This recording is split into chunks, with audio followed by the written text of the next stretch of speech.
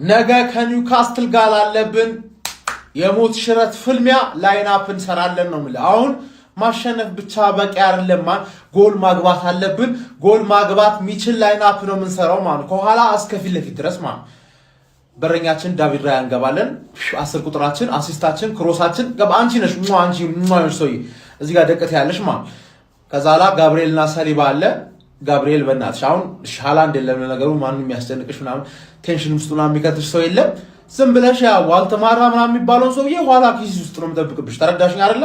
ከዛ በቀኝ በኩል ስንመጣ በዚህ በኩል ስንመጣ ደግሞ ሞስኬራን ልህ ነበረ። ግን አሁን ሪስክ ያስፈልጋል ማን ቤን ዋይት እነሱ ጎርደን የለም እየተባለ ስለሆነ ማለት ነው ሪስክ ሉሰር ቤን ዋይት ክሮስ ያደርጋል ምናምን ተረዳኛለህ። ከሳካ ጋር ምናምን ከኦዲጋርድ ጋር ምናምን ያቺን ትራያንግል እንፈልጋታለን። ስለዛ ሪስኩን ወስደን ቤን ዋይት ምን እሺ ነው ማን ገባር ለግዴታ ነው ሳሊባ ትሸፍንለታል።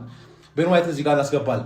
በግራ በኩል ደግሞ ሪካርዶ ካላፊዮሪ ተመልሳለች። ግን ሰከንድ ሃፍ ላይ እናስገባታለን። አይሻልም? ተረዳችሁኝ አይደለ? ምክንያቱም በዚህ በኩል ደግሞ ክፍተት መፍጠር ስለሌለብን በሁለቱም ክንፍ በኩል ክፍተት ፈጥረን ቂጥ እንዳንገባ ተረዳኝ። በዛ በኩል የሚያስፈራ ሰው የለም። ግን ኢላንጋን ካስገቡት መሮጥ የሚችል ሰው ያስፈልጋል። ስለዛ ፒየሮ ኢንካፔን እዚህ ጋር እናስገባለን። መሀል ላይ ማርቲን ዙቢሜንዲ አሻሺ አንቺ ሰው ያሻሺ በጣም እየጠበቅንብሽ ነው። ብዙ ነገር እየጠበቅንብሽ ነው።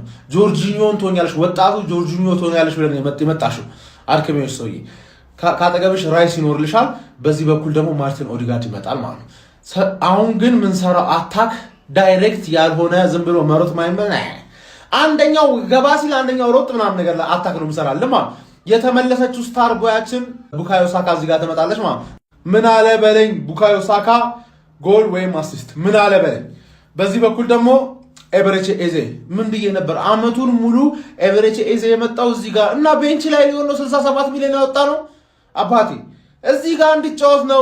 ወደ መሃል እየገባ 2-10 ቁጥር ይሆናሉ። ኢንካፔ በዚህ በኩል መስመሩን ትይዝለታለች። ኤዜ እዚህ ጋር ይቀመጣል።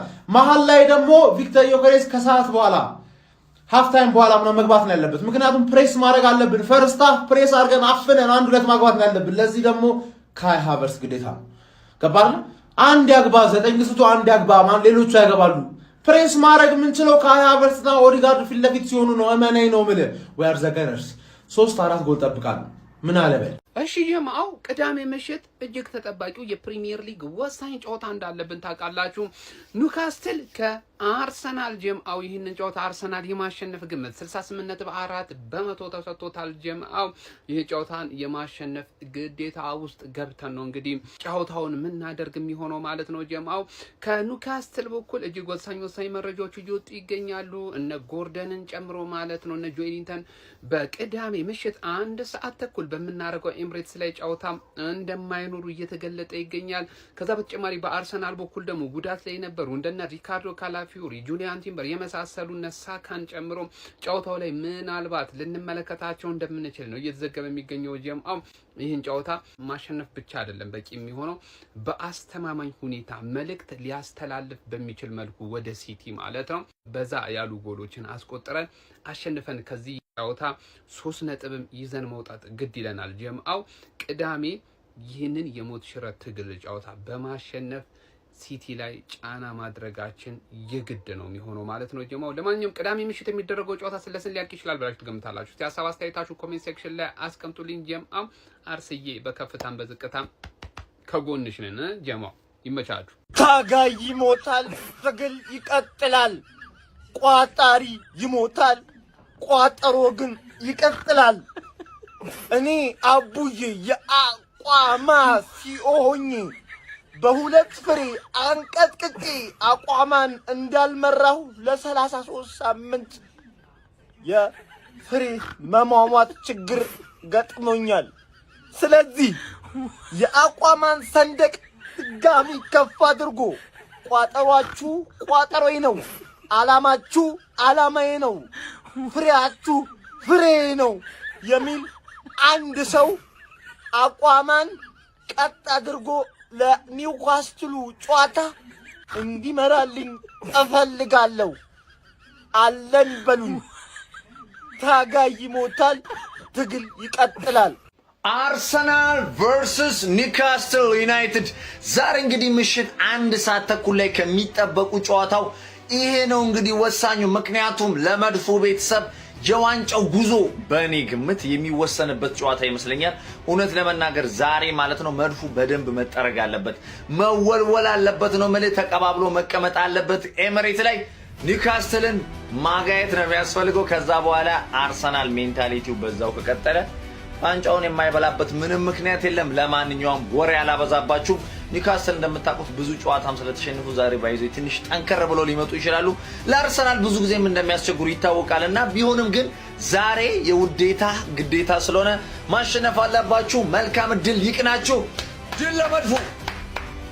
ሲቲ እንግዲህ ከመጫወቱ በፊት ማለት ነው እኛ 2 ጊዜ ቀድመነው እንደምንጫወት ታውቃላችሁና ሁለቱንም ጨዋታ የምናደርገው በሜዳችን ነው። ገብቷችኋል አይደለም? ዋንጫውን ተጫዋቾቻችን የሚፈልጉት ከሆነ ዋንጫውን መብላት የምንፈልግ ከሆነ በእነዚህ 2 ጨዋታዎች ውስጥ ማለት ነው ወይ 4 ጎል ወይ 5 ጎል ማግባት መቻል አለብን። ገብቷችኋል አይደለም? በስትክክል ጎል ዲፈረንሱን ማስጠበቅ ስላለብን ማለት ከቻለን 6 ብናገባ ደስ ይለኛል በ2 ጨዋታ ማለት ነው። ግን ያን ማድረግ የሚችል አቅም አላችሁ የሚለውን እንመለከታለን ማለት ነው። ኒውካስትል በጣም ከባድ ጌም እንደሆነ ታውቃላችሁ አይደለም? ግን እሱን ጨዋታ ደብድበን ማሸነፍ አለብን፣ ምንም ጥያቄ የለውም።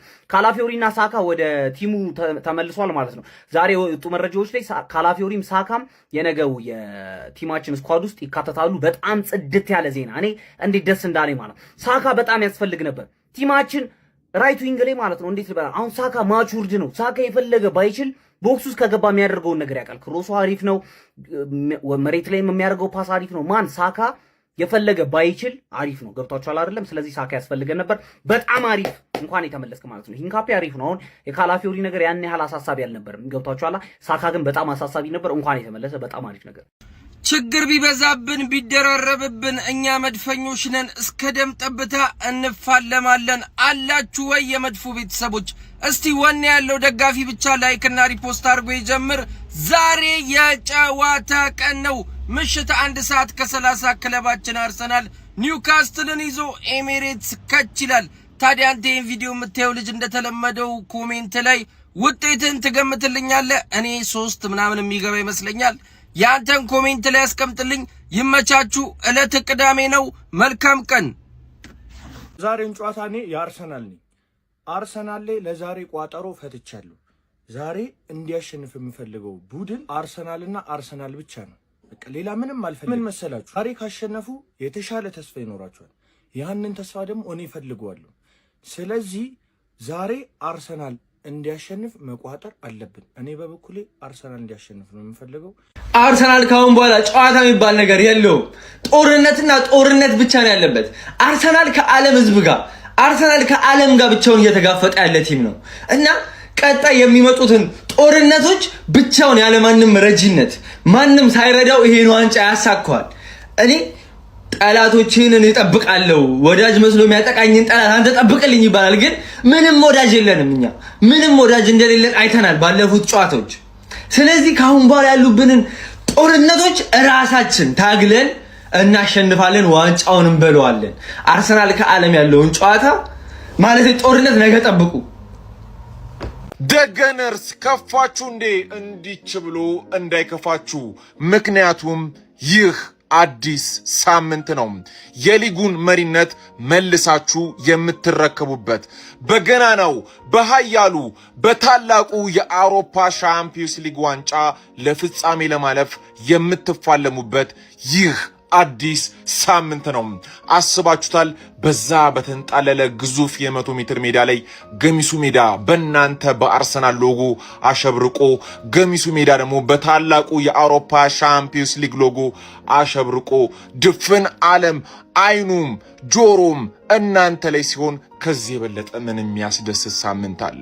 የመድፉ ቤተሰቦች የተረጋገጠ ዜና አለ። ቅድም እንግዲህ ሚኬል አርቴታ ሲናገር እንደሰማኑ ቡካዮ ሳካና ሪካርዶ ካላፊዮሪ የነገው ስኳዳችን ውስጥ የመካተት እድል አላቸው ብሎ ነበር። አሁን ላይ ደግሞ ሃንድ ኦፍ አርሰናል ይዞት በወጣው መረጃ መሰረት ሁለቱም ተጫዋቾች የነገው ስኳዳችን ውስጥ ተካተዋል። ጨዋታው ላይ ይሳተፋሉ ወይም ደግሞ አይሳተፉም የሚለውን ነገር ደግሞ ሚኬል አርቴታ እንደሚወስን ሃንድ ኦፍ አርሰናል ጨምሮ ዘግቧል። ከዛ በተጨማሪም ጁሪያን ቲምበር ከነገው ጨዋታ ሙሉ ለሙሉ ውጪ እንደሆነ ነው የሃንድ ኦፍ አርሰናል መረጃ የሚያሳየው። ነገር ግን ጁሪያን ቲምበር የሚቀጥለው ሳምንት ከአትሌቲኮ ማድሪድ ጋር ለምናደርገው ጨዋታ ወደ ሜዳ እንደሚመለስ አንዳንድ መረጃዎች እየዘገቡ ይገኛል። ምናልባትም በጁሪያን ቲምበር ዙሪያ የሚወጣ አዳዲስ መረጃዎች ካሉ ይዤላችሁ መጣ ይሆናል። 3 የኒውካስትል ወሳኝ ተጫዋቾች ከቅዳሜው ጨዋታ ውጪ መሆናቸውን እየተነገረ ይገኛል። እነሱ እነማን ናቸው? እንዲሁም ስለ ክለባችን አንድ ደስ የሚል የጉዳት ዜና እየተሰማ ይገኛል።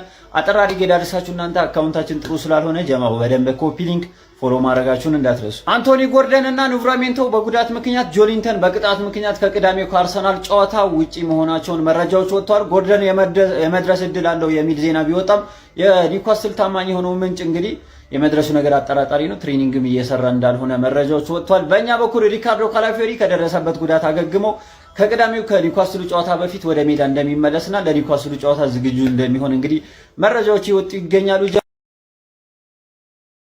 ቅዳሜ ማታ 1 ሰዓት ተኩል ኒውካስልን የሚያስተናግዱበትን ጨዋታ አርሰናል የማሸነፍ 68.4% እድል እንዳላቸው የኦፕታ ሱፐር ኮምፒውተር የተነበየ ሲሆን ጨዋታው በአቻ ውጤት የመጠናቀቅ 17.6% እና ለኒውካስል ደግሞ ድል የማድረግ 14% እድልን ሰጥቷል።